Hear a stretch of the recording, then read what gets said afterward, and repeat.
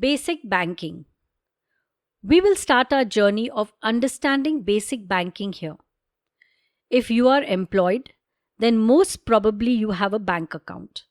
This account is most likely to be a savings account opened with a bank at a branch that is close to your home or place of work.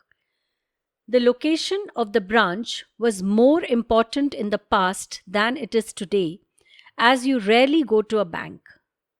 Most of your banking is done through internet connected mobile devices. Savings account is used for paying and receiving money. These receipts could be your salary, professional fees, or coming from any other sources. It usually comes in the form of a check or online transfer. You may receive money in form of cash too, and that may also be credited to this account. The same savings account may also be used for making payments to others who provide goods and services to you.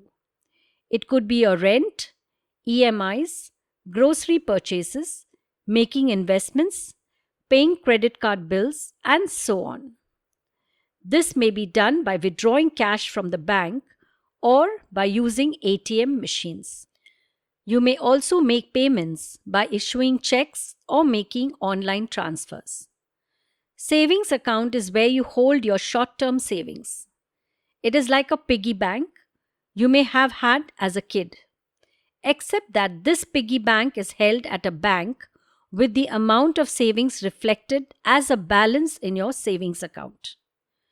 You can also look at inflows and outflows from this account periodically to see how much money you have earned, how much you have spent, and how much you have saved and invested. This analysis will be helpful in understanding your earning, spending, and saving pattern. Credit card statements can also help you understand the spending habits.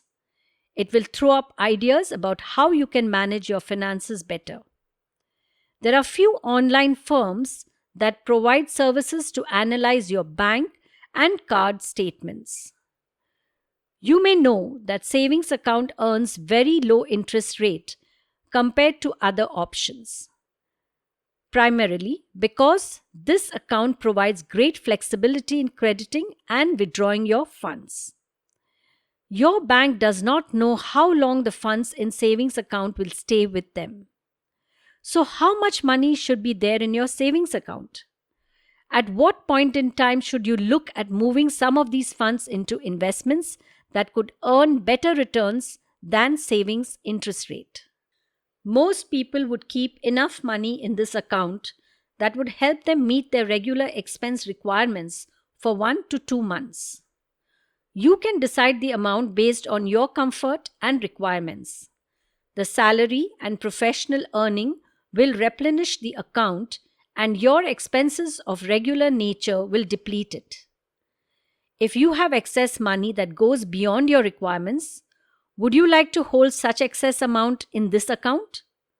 Banks tend to pay higher interest on other accounts like fixed deposits that lock funds up for a certain pre-specified time like 15 days, 3 months or 6 months, and so on.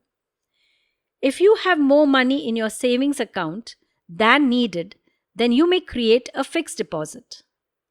Your bank will usually reward you by paying higher interest on such deposits, as the bank would know how long the money will stay with it, and hence they can invest it in more predictable fashion. We will understand about fixed deposit in a separate video.